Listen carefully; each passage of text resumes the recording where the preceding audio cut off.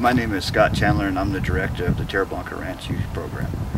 And I just thought we might take a little moment here to kind of get to know a little how the Tierra Blanca Ranch came to be and what it's kind of all about. We know you've been reading the website and getting a lot of content, but a lot of the history of the TBR comes from my family history, and my family originally came from Texas out to New Mexico, and we acquired the Tierra Blanca Ranch in 1976.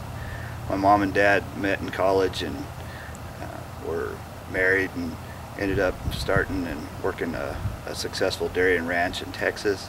And after their kids were born, we eventually migrated out to New Mexico in '76 with my grandparents, and the Tierra Blanca Ranch became part of the Chandler family at that point.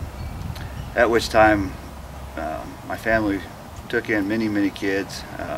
We were always taking somebody's kids that were in trouble or having difficulties at home, and I grew up with our spare bedroom constantly being used as essentially a safe haven for these kids.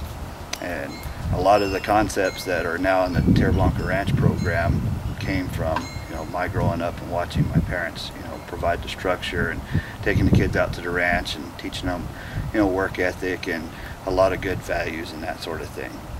In 1996 is when I originally launched the formal model that we're currently running, and with my family and my brother, and we set out to actually make it into a more formal setting.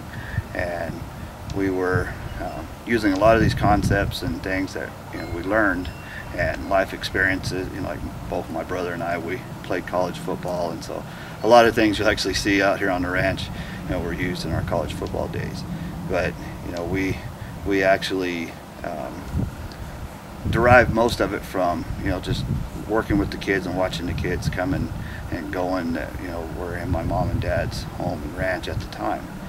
My background is in criminal justice, and I formulated a lot of the learning and the things that I had come across then, and were used some of those things into formulating so that we weren't just seeing kids, as they say in the criminal justice world, recidivate and go back into their ways until they end up either in jail or a failure.